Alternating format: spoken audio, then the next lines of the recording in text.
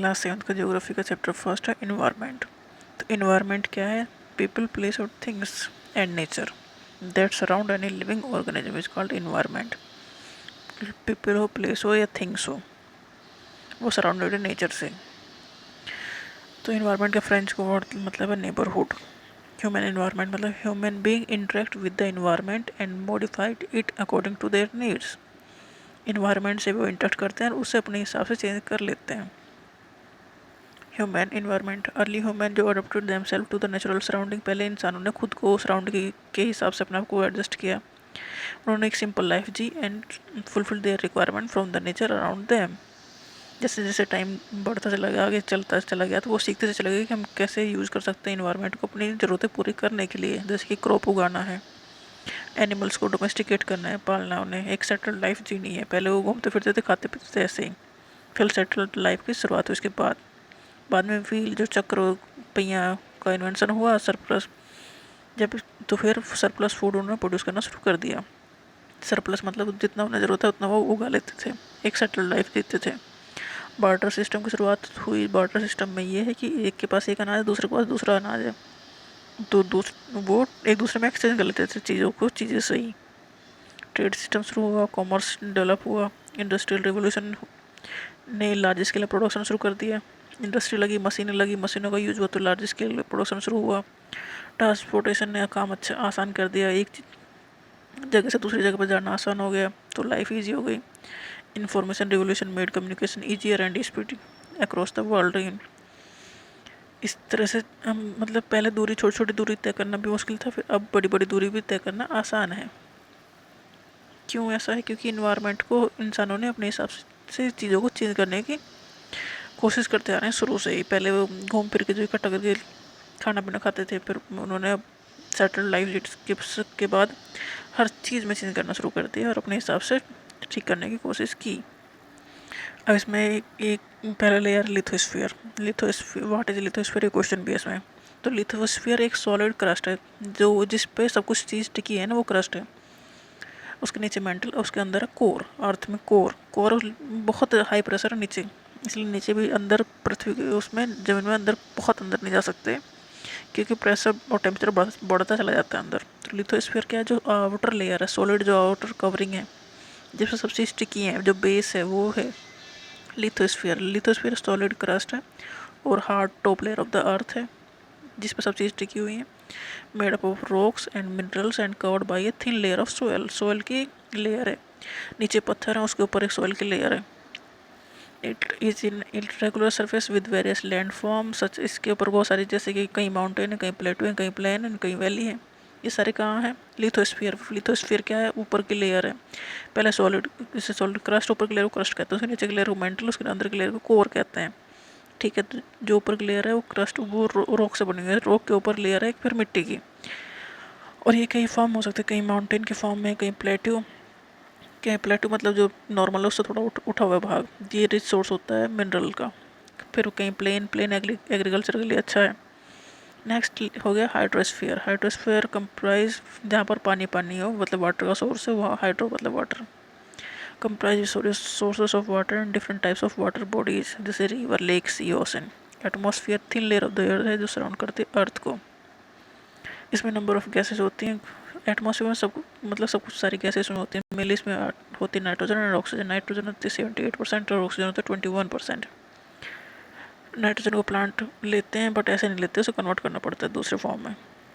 Atmosphere एक thin layer of air हो गई, सराउंड करता है अर्थ को। इसमें होते हैं consist of number of gases that changes in the atmosphere produce change in the weather and climate. गैसों में जैसे जैसे चेंज आता है उस तरह से वेदर और क्लाइमेट, जैसे कि कार्बन डाइऑक्साइड बढ़ जाएगा तो चेंज हो जाएगा ना सब चीज़ें, पर वो खुद भी बहुत कम है।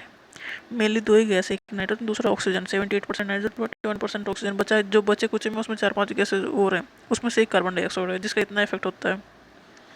चलो नेक्स्ट क्वेश्चन है, व्हाट इज बायोस्फीयर। बायोस्फीयर क्या है? Plant and animal kingdom together. Plant और एनिमल एक साथ क्या बनाते हैं? बायोस्फीयर, लिविंग वाली चीज़ें। ये नैरो जोन, इसे याद कर लेना है, it is a narrow zone of the earth. Biosphere मतलब क्या है? कि नैरो पतला सा जोन है किसका? अर्थ का, where land, water and air interact करते हैं with each other to support life. narrow zone of the earth which where land, water and air interact with each other to support life.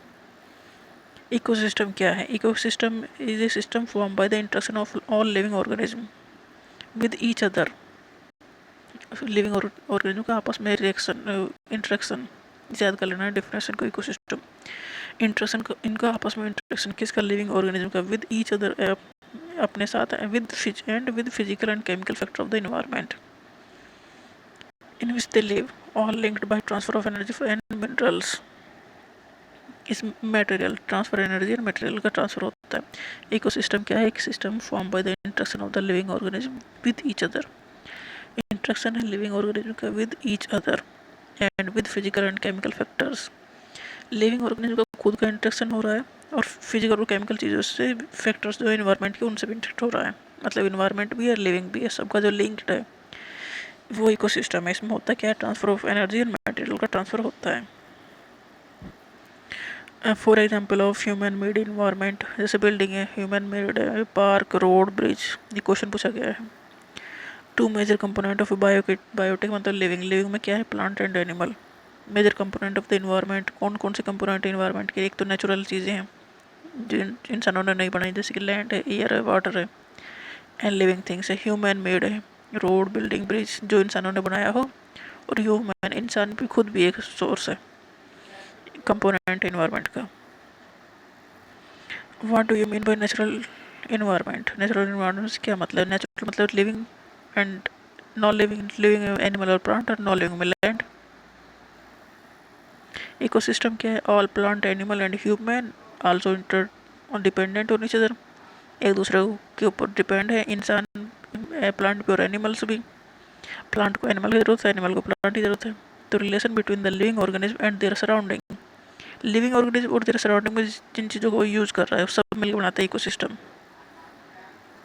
Biosphere क्या है कि narrow zone है जहाँ पर land water and air interact करते हैं याद कर लेना बायोस्फीयर एक नैरो जोन है जहाँ land water and air interact करते हैं एटमॉस्फेयर ब्लैंकेट ऑफ एयर है this around the earth hydrosphere domain of the water है इन्वायरमेंट मतलब हमारे सराउंडिंग में जो भी है water the major component of the environment natural environment में लैंड वाटर एयर है प्लांट एनिमल है ह्यूमन मेड में रोड बिल्डिंग इंडस्ट्री है ह्यूमन मीन्स इंसान है फैमिली है 5 जून इन्वायरमेंट डे है वाटर सिस्टम का ये होता है कि ट्रेड होता है सामान का खुद एक्सचेंज होता है बिना पैसा के एक दूसरे से सामान से बदले सामान खरीद लेते हैं वो पैसा दिए बिना ये काम हो जाता है तो पहले चलता था कि जब पहले ऐसा सिस्टम नहीं था तो पहले एक सामान लेके दूसरे सामान को ले लेते थे उसके कहते हैं बार्टर सिस्टम ये कुछ क्वेश्चन है एक्वेरियम एक नेचुरल इकोसिस्टम नहीं है एक्वेरियम इंसान ने बनाया जैसे मछली घूमते रहते हैं शीशे में वो है एक्वेरियम नेचुरल इकोसिस्टम का एग्जाम्पल क्या है डेजर्ट एंड फॉरेस्ट इंसानों ने नहीं बनाया रिलीजन एंड कम्युनिटी कंपोनेंट किसके ह्यूमन एनवायरनमेंट के रोड ह्यूमन मेड इन्वायरमेंट है how man modified his environment forest को काट लेता है जंगलों को काट देता है अपने घर वर बना लेता है इंडस्ट्री बना लेता है बिल्डिंग बनाता है रोड बनाता है सब कुछ करता है इसे चेंज कर लेता है how plant and animal depend on each other plant जो फूड प्रोवाइड करते हैं एनिमल्स को फूड देते हैं शेल्टर देते हैं और एनिमल प्रोवाइड करते हैं जैसे कि फर्टिलाइजर है खाद है ये सब चीज़ें एक्स्ट्रा जो चीज़ें वो प्रोवाइड करते हैं प्लांट को ये 7th की ज्योग्राफी का चैप्टर फर्स्ट था full chapter in one shot